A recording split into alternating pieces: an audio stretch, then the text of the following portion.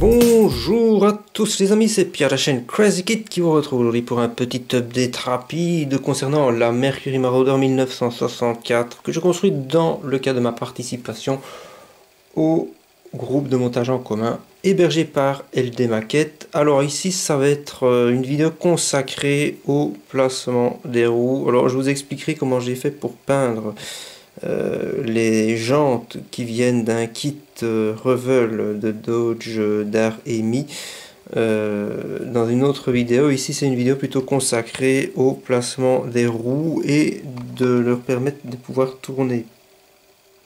Voilà, parce que je trouve ça marrant. Et puis j'ai quelques projets d'animation en stop motion à l'avenir et ça m'intéressera d'avoir des voitures roulantes. Donc comme vous pouvez le voir ici, on nous explique qu'il faut mettre un axe en métal. Il faut venir mettre cette pièce là. Mais moi c'était un peu spécial parce que sur cette pièce là j'ai dû venir coller la jante du Dodge Dart. Parce que je voulais que ce soit stylé et qu'il y ait une jante à rayons. Que vous pouvez observer ici.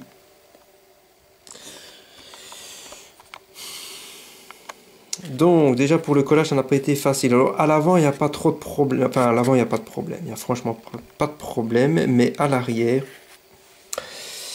si je mets tout comme à l'origine, eh bien si en plus vous voulez surbaisser la voiture ça va être encore pire.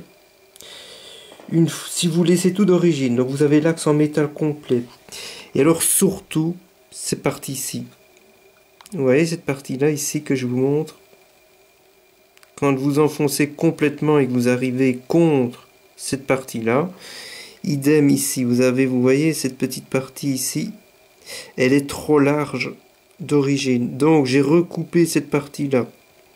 J'ai recoupé cette partie-là de manière à ce que la roue puisse se rapprocher et s'éloigner, si vous voulez, de la carrosserie. Parce que sinon le haut du pneu venait ici sur la carrosserie de telle manière à ce qu'on ne pouvait même pas enfoncer la carrosserie complètement. Alors si vous voulez surbaisser la voiture ça va être encore pire.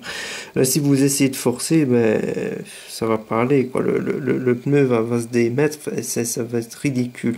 Donc voilà, AMT a été un peu approximatif. Donc là vous voyez on a l'espace maintenant.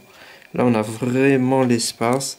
J'ai dû carrément recouper l'axe métallique pour pouvoir placer la voiture et la surbaisser. Elle n'est pas en mode surbaissé, mais si je mets les roues en mode surbaissé, eh bien chez moi ça va fonctionner.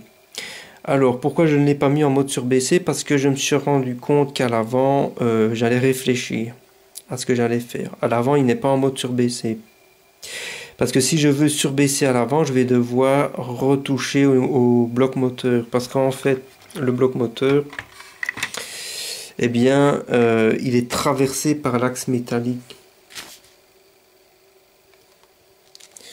Donc vous devez mettre le moteur, traverser le moteur avec l'axe métallique. Mais si vous voulez surbaisser, vous allez devoir retoucher aussi le bloc moteur. Et en plus, vous allez devoir venir ici retoucher cette partie-là. Parce que si vous surbaissez la voiture, donc ils ont tout fait pour que vous puissiez la mettre en surbaissé au niveau de l'axe.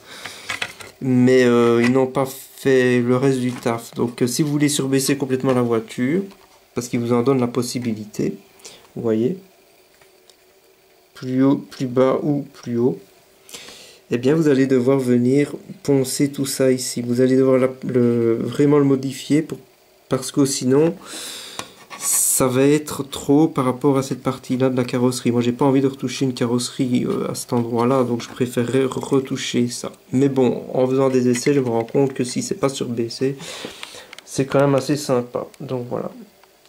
J'espère que la suite de cette petite vidéo va vous amuser. Vous allez voir comment j'ai procédé. Sur ce, je vous dis à la prochaine. C'était Pierre de la chaîne Crazy Kid. Ciao, ciao.